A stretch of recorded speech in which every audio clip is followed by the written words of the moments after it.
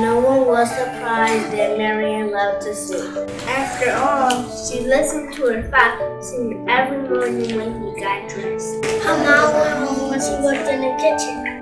Sometimes Marian and her little sis sang songs all afternoon. However, her voice was distinct. Strong and velvety, able to climb 24 notes. Everybody wanted to hear Marian sing. Alexander Wallace, the choir director at Eunice Baptist Church in South Philadelphia, wanted to hear Marian sing. Even though she was not 8 years old, sometimes sang too loud. He asked her to perform a Tuesday.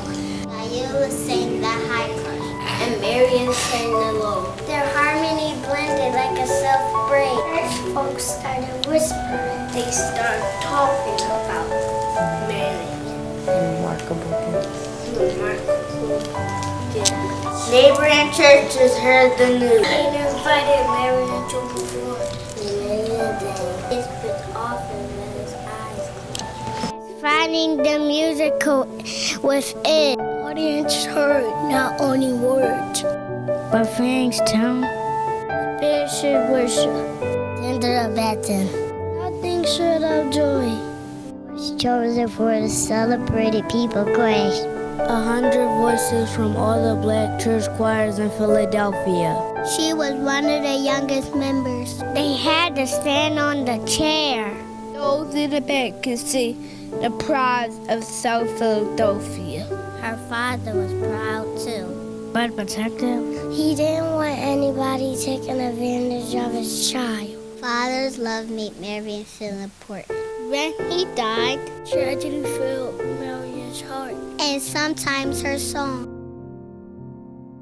Mother was happy for Marian's success, but reminded her no matter what she studied, to take a little extra time and do it well. Marian didn't need extra encouragement when it came to singing. She practiced her part of each song and learned other parts too. Music was serious business, and more than everything, she hoped to go to music school someday. Church members promised tuition for Marian if she was accepted. Since father's death, Marian worked a job and sang at concert programs in order to help and support her family. It wasn't until it was 1950 when Marian turned 18 years old that she finally went to a music school and patiently waited in line for an application. But the girl behind the counter, Zoe, except Marian. Was she invisible? Finally, the girl said, "We don't take color." Her voice sounded like a steel drawer clanking shut. Marian knew about prejudice. She had seen a trolley drive past her family as they stood on the corner. She knew that her people were always the last to be helped in the store. But she couldn't understand how anyone who was surrounded by that video music. And media music can be so near-minded. She felt sick in her stomach and in her heart. Didn't they know that her skin was different? But her feeling was the same. Couldn't she be a professional singer? Even if she was black? With a winning faith, Mother told her that there would be another way to accomplish what would have been done at school. Marian believed her mother. She took voice lessons in her own neighborhood, continued with the choirs, and sometimes performed at black churches and colleges. But Marian saw the Mr. Paulson opera performance of the tragic opera Madame Butterfly. Her music education came to mind. How wonderful it would be to sing on a grand stage, act out a dramatic role, and wear beautiful costumes. The passion of music inspired her, and she was determined to study. But opera was simply the sun and moon, a dream that seemed too far away to reach.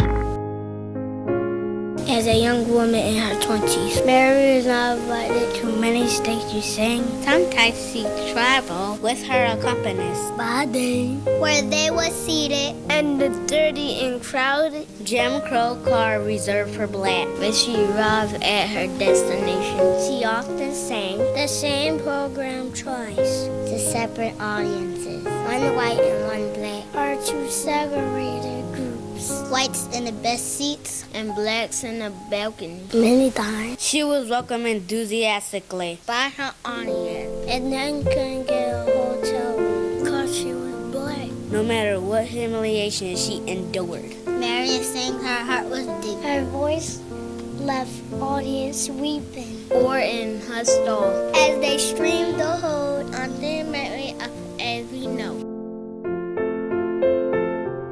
Marian still wanted to advance her singing with master teachers. With the help of friends, she was granted an audition with the fierce yet famous Giuseppe Bozzetti. Mr. Bozzetti announced he didn't have time or room for new students. Too afraid to even look at him, Marian took a deep breath. Slowly, with great emotion, Marian finally lifted her eyes. I will make room for you right away, Mr. Bozzetti said firmly. Now all you need 2 years for you. After that, you will be able to go anywhere and sing for anybody. Then Marian devoted church community, raised the money for her lessons. Marian worked hard with Mr. Bozzetti. He sometimes surpasses. She sang scenes with Italian actors.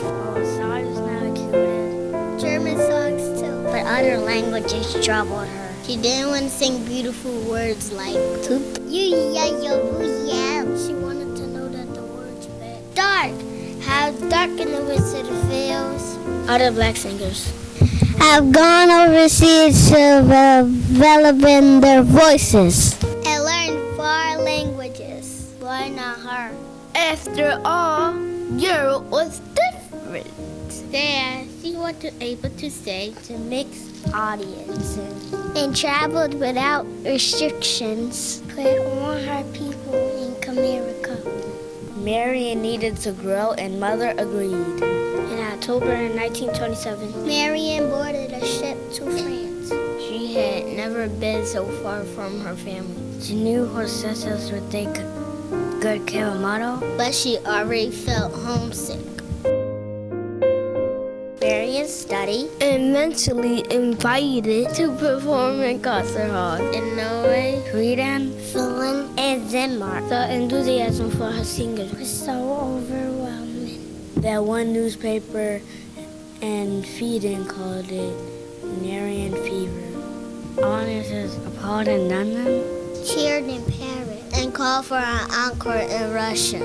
In Austria, the world's famous conductor, Arturo Toscanini, announced that what he had heard what was a privilege to hear. In 100 years, Marian felt as if she achieved some success. She even asked Mother if there was anything she wanted and that would make her happy, because now Marian could afford to buy it for her. Mother said that all she wanted was for Marian to be blessed and successful. It seemed like she already was. Mrs. Bozzetti had been right. She could go anywhere and sing for anyone.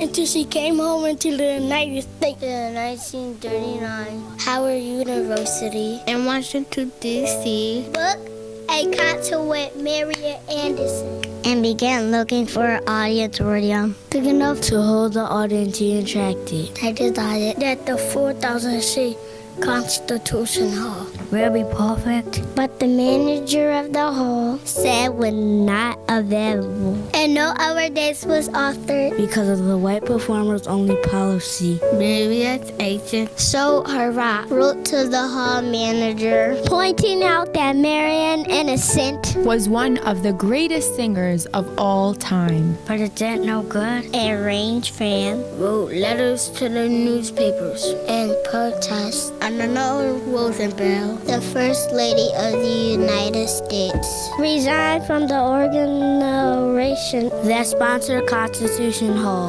Howard University, a large high school auditorium from an all-white school. Again, they denied. Now teachers were angry and marched in support of Marian and founded a board of education. Why take it easy? There's a point about to build order.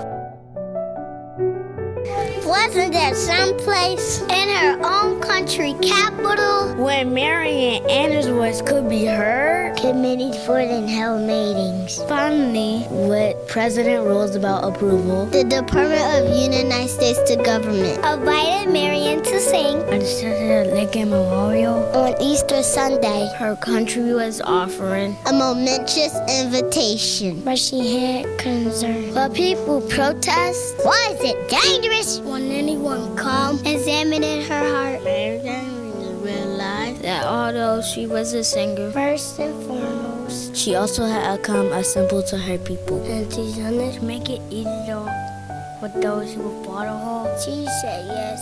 Stand in the shadow of the statue of Link waiting to be called out. She read the engraved wall. This nation under God should have a new birth of freedom. Marian looked out on a river of 75,000 people. Will she be able to utter one note? She took the deep breath and felt the power of her audience. Good words surged toward Marian did there. And mother too. Marian stood straight and tall. Then she closed her eyes and sang, My country shall be freedom and liberty.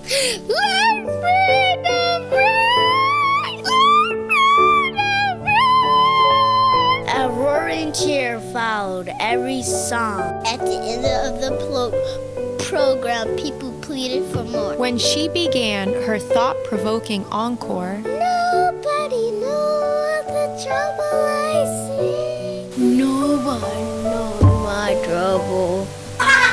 Silent shadow on the multitudes.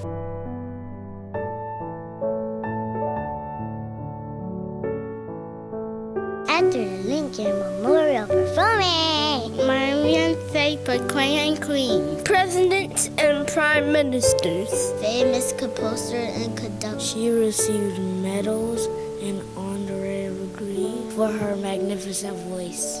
But there was still one place Marian had not sung. And she finally invited Zoom came through. Marian wondered what people react. No black singer had done such a thing. Due to be diverse. But she didn't need to worry. After she signed the contract, somebody said, welcome home. And opening night excitement charged the air. And as Marian waited in the wings, the orchestra began. A star followed. She walked on the grand stage. Trembling, she straightened her costume and waited for the pounding music. She knew to be her cue. Tonight was her debut at the Metropolitan Opera. As long as she had reached the sun and moon, the turning parted.